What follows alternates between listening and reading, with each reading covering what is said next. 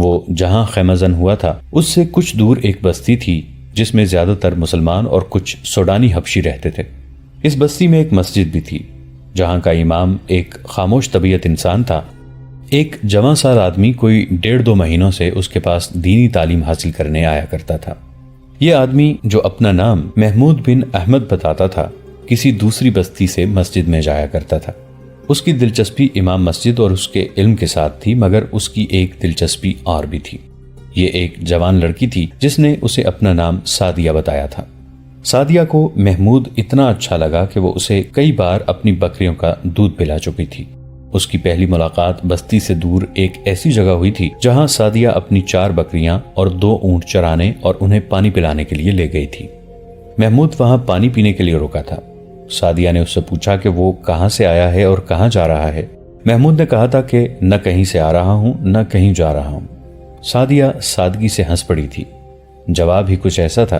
سعدیہ نے محمود سے قدرتی سا سوال پوچھا، مسلم سوڈانی؟ محمود نے جب جواب دیا کہ وہ مسلمان ہے تو سعدیہ کے ہونٹوں پر مسکراہٹ آ گئی۔ محمود نے اسے اپنا صحیح ٹھکانہ نہیں بتایا تھا۔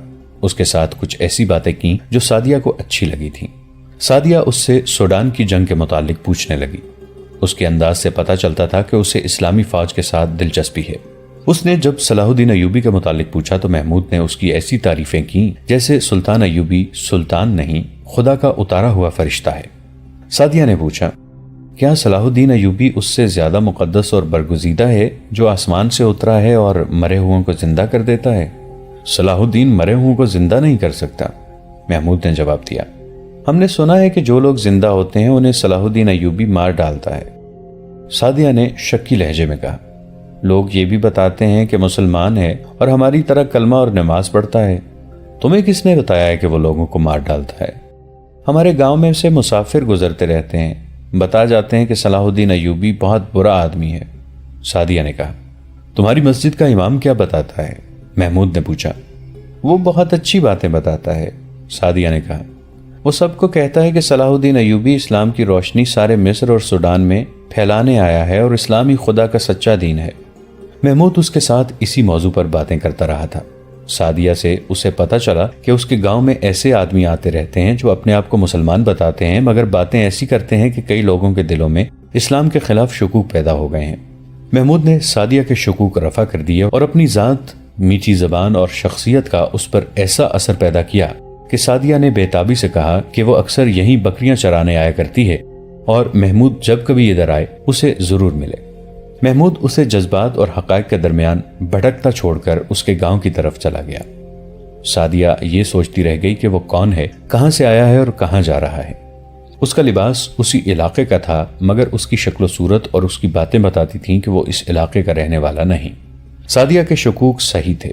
محمود بن احمد دیہاتی علاقے کا رہنے والا نہیں تھا، سکندریہ شہر کا باشندہ تھا اور وہ علی بن سفیان کی داخلی جاسوسی انٹیلیجنس کا ایک ذہین کارکن تھا۔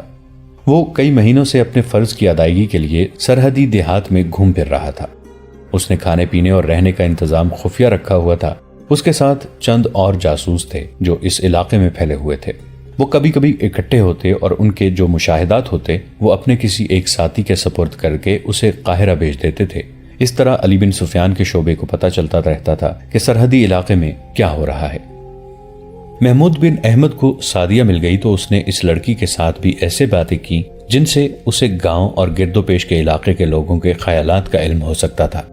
اس نے سعدیہ کے گاؤں کی مسجد کے امام کے متعلق خاص طور پر پوچھا تھا۔ وجہ یہ تھی کہ دور گاؤں میں اس نے ایسے امام مسجد دیکھے تھے جو مشکوک سے لگتے تھے۔ وہاں کے لوگوں سے اسے پتہ چلا تھا کہ یہ دونوں امام نئے نئے آئے ہیں۔ اس سے پہلے ان مسجدوں میں امام تھے ہی نہیں۔ دونوں جہاد کے خلاف واز سناتے اور قرآن کی آیات پڑھ کر غلط تفسیریں بیان کرتے تھے، اور یہ دونوں پراسرار غیب دان کو برحق بتاتے اور لوگوں میں اس کی زیارت کا اشتیاق پیدا کرتے تھے۔ محمود اور اس کے ان دو ساتھیوں نے ان دونوں اماموں کے متعلق پوری رپورٹ قاہرہ بھیج دی تھی، اور اب وہ سعدیہ کے گاؤں جا رہا تھا۔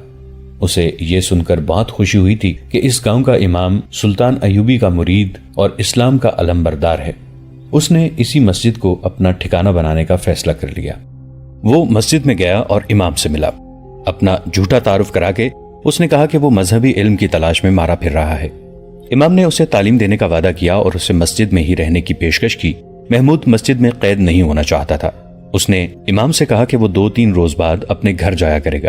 اس نے امام کو بھی اپنا نام نہیں بتایا تھا۔ امام نے اس سے نام پوچھا تو اس نے کچھ اور نام بتا دیا۔ یہ پوچھا کہ وہ کہاں کا رہنے والا ہے تو اس نے دور کسی سرحدی گاؤں کا نام بتایا۔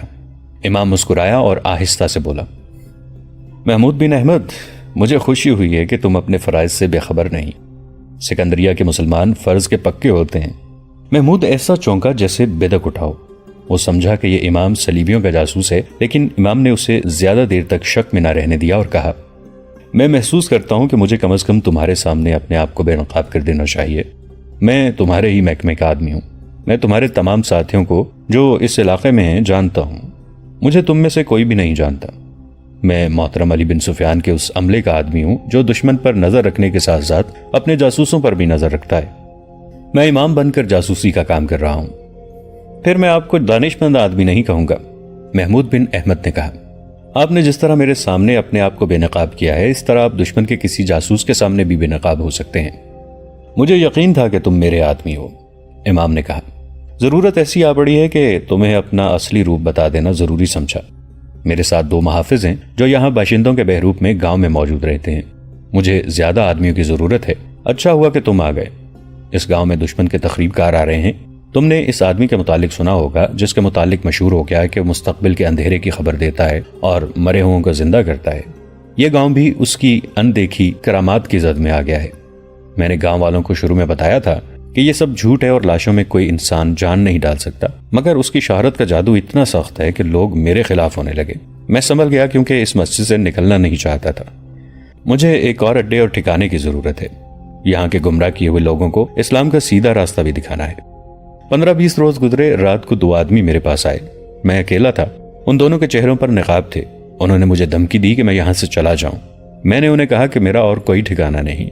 انہوں نے کہا کہ اگر یہاں رہنا چاہتے ہو تو درس بند کر دو اور اس کی باتیں کرو جو آسمان سے آیا ہے اور خدا کا سچا مذہب لایا ہے۔ میں دونوں کا مقابلہ کر سکتا تھا۔ ہتھیار ہر وقت اپنے پاس رکھتا ہوں، لیکن میں لڑ کر قتل کر کے یا قتل ہو کر اپنا فرض پورا نہیں کر سکتا تھا۔ میں نے عقل سے کام لیا اور انہیں یہ تاثر دیا کہ آج سے وہ مجھے اپنا آدمی سمجھیں۔ انہوں نے کہا تھا کہ اگر میں ان کی باتوں پر عمل کروں گا تو مجھے انعام یہ ملے گا کہ مجھے قتل نہیں کیا جائے گا، دوسرا یہ کہ مجھے اشرفیاں دی جائیں گی۔ پھر آپ نے اپنے واز اور خطبے کا رنگ بدل دیا ہے؟ محمود نے پوچھا۔ کسی حد تک، امام نے جواب دیا۔ میں اب دونوں قسم کی باتیں کرتا ہوں۔ مجھے اشرفیوں کی نہیں، اپنی جان کی ضرورت ہے۔ میں اپنا فرض ادا کیے بغیر مرنا نہیں چاہتا۔ میں گاؤں سے باہر جا کر تمہیں یا تمہارے کسی ساتھی کو ڈھونڈنا بھی نہیں چاہتا، کیونکہ اس کی جان بھی خطرے میں پڑ جاتی۔ خدا نے خود ہی تمہیں میرے پاس بھیج دیا ہے۔ میرے محافظ اس رات میرے پاس نہیں تھے۔ اب تم ہی میرے ساتھ رہو۔ تم میرے شاگرد کی حیثیت سے میرے ساتھ رہو گے۔ تم سیدھی سادی گماروں کی سی باتیں کیا کرنا۔ گاؤں میں 4-5 آدمی ایسے ہیں جو ہمارا ساتھ دے سکتے ہیں۔ اگر ہمیں قریب کوئی سرحدی دستہ مل جاتا ہے تو ہمارا مقصد پورا ہو سکتا ہے، مگر ہمارے سرحدی دستوں کا کسی کماندار پر بھروسہ کرنا بڑا خطرناک ہے۔ دشمن نے اشرافیوں اور عورتوں سے انہیں اپنے ساتھ ملا لیا ہے۔ وہ تنخواہ ہمارے خزانے سے لیتے ہیں اور کام دشمن کا کرتے ہیں۔ محمود بن احمد ان کے پاس رک گیا۔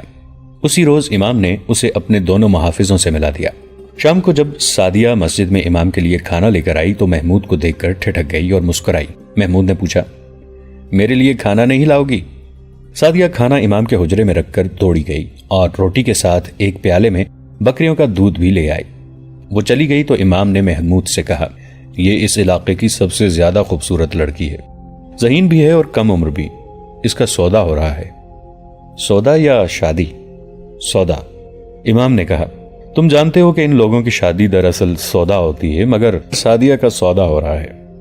ہمیں اس کے متعلق پریشان نہیں ہونا چاہیے تھا، لیکن خریدار مشکوک لوگ ہیں۔ وہ یہاں کے رہنے والے نہیں۔ یہ وہی لوگ معلوم ہوتے ہیں جو مجھے دھمکی دے گئے ہیں۔ تم اچھی طرح سمجھ سکتے ہو کہ وہ اس لڑکی کو اپنے رنگ میں رنگ کر ہمارے خلاف استعمال کریں گے۔ اس لیے اسے بچانا ضروری ہے، اور اس لیے بھی اسے بچانا ضروری ہے کہ یہ لڑکی مسلمان ہے۔ ہمیں سلطنت کے ساتھ ساتھ سلطنت کی بچیوں کی عصمت کی حفاظت بھی کرنی ہے۔